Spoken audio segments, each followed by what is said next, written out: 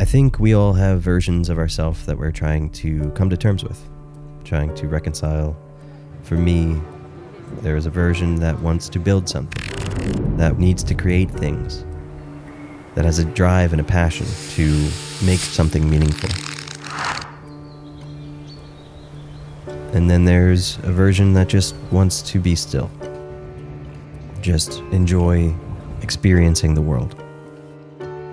One pulls me towards progress, the other towards seeing the world a little bit more clearly. Neither are bad. Most days I feel caught in between. I live in the city. I chase deadlines, goals, plans, and I like that. I like the movement, the stimulation, the growth. But lately, something's felt off.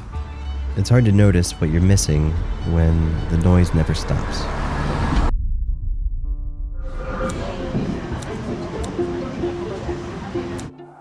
We took a short trip to Lake Como. Just a few days, no real reason other than it looked beautiful, and we'd never been. We booked a last-minute place in a hillside village with no cars and no schedule.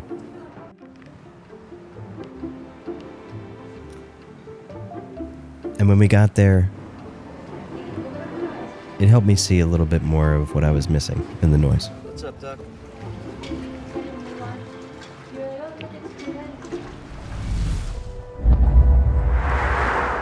The city teaches you to want more.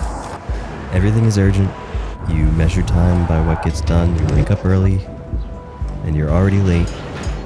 Even rest has to be earned. I've spent years training myself to move faster, learn more, be better. There's nothing wrong with ambition, but it's easy to forget what it feels like to be unproductive and still be okay.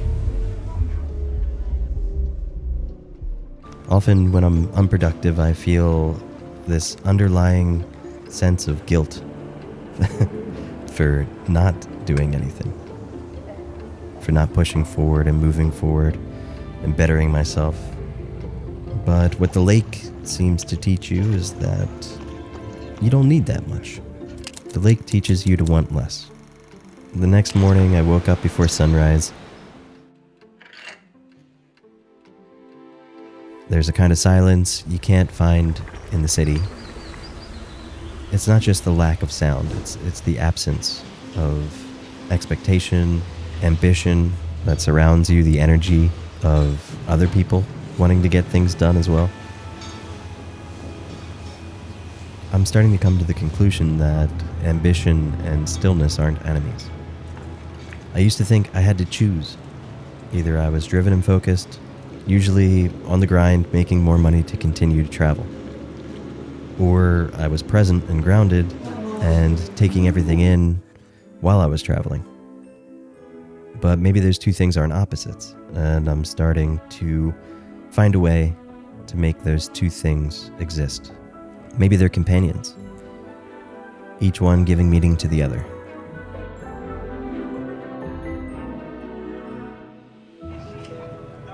I think that maybe stillness without drive to return to turns into stagnation. But drive without stillness turns into being unconscious in your life, walking through it like a zombie.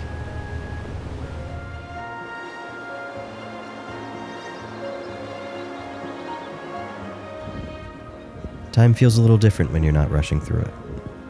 We spent the day on ferries and footpaths. We didn't do much, but the day felt full.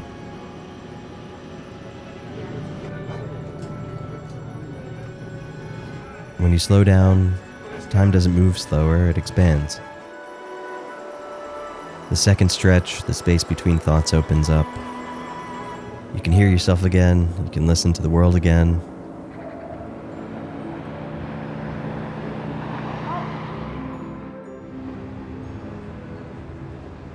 Seneca, the Stoic philosopher, wrote, "It is not that we have a short time to live, but that we waste much of it."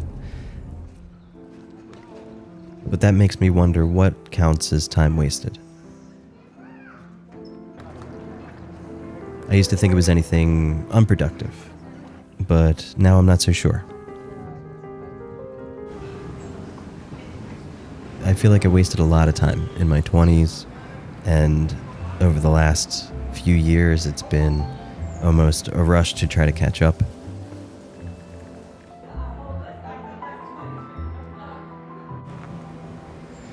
Maybe what we call wasted time is just time we don't know how to value yet.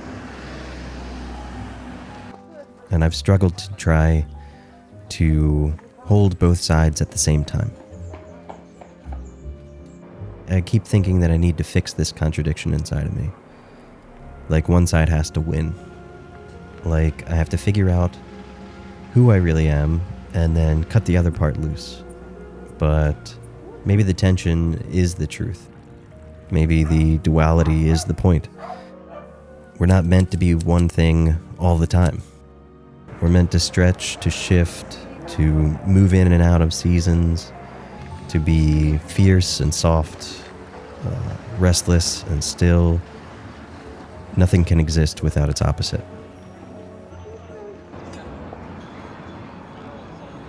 I didn't learn anything revolutionary at Lake Como. I didn't have a breakthrough. I just remembered something simple. And that's that the best parts of life are often in quiet moments. And I don't have to earn them. They're already there, waiting for me to slow down long enough to notice.